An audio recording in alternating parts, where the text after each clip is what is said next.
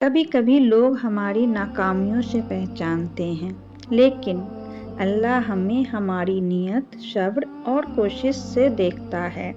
آج ایک ایسی کہانی جو شاید آپ کو زندگی بدل دے۔ السلام علیکم رحمۃ اللہ وبرکاتہ۔ ایک نوجوان تھا، بہت محنت کرتا تھا، ہر جگہ کوشش کی، مگر ہر بار ناکامی ملی۔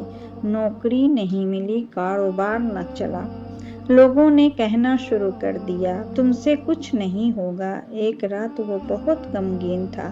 اس نے وضو کیا، 2 رکعت نماز پڑھی اور اللہ سے صرف اتنا کہا، یا اللہ، اگر یہ راستہ میرے لیے بہتر نہیں تو مجھے وہ راستہ دکھا جو تیری رضا والا ہو۔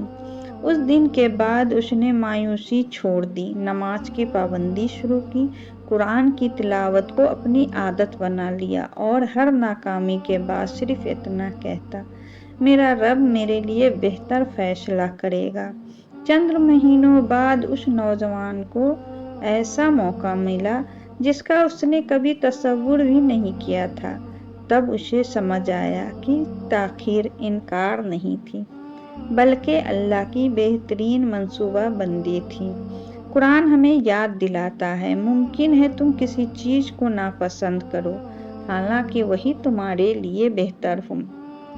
اگر آج آپ بھی کسی ناکامی سے گزر رہے ہیں تو یاد رکھیں، ناکامی آپ کی آخری منزل نہیں ہے۔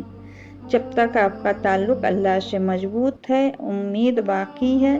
اللہ کے فیصلے ہمیشہ بندے کے سوچ سے بہتر ہوتے ہیں۔ اللہ تعالیٰ ہمیں صبر، یقین اور اپنی رضا پر راضی رہنے کی توفیق عطا کرے۔ آمین ثم آمین۔ اگر اس کہانی نے آپ کے دل کو امید دی ہے تو اسے اپنے عزیزوں کے ساتھ شیئر کریں۔ مزید ایمان افروز اسلامی کہانیوں اور قرآن اور سنت پر مبنی ویڈیو کے لیے CN دین کو سبسکرائب کریں اور اگلی ویڈیو ضرور دیکھیں۔ اللہ حافظ۔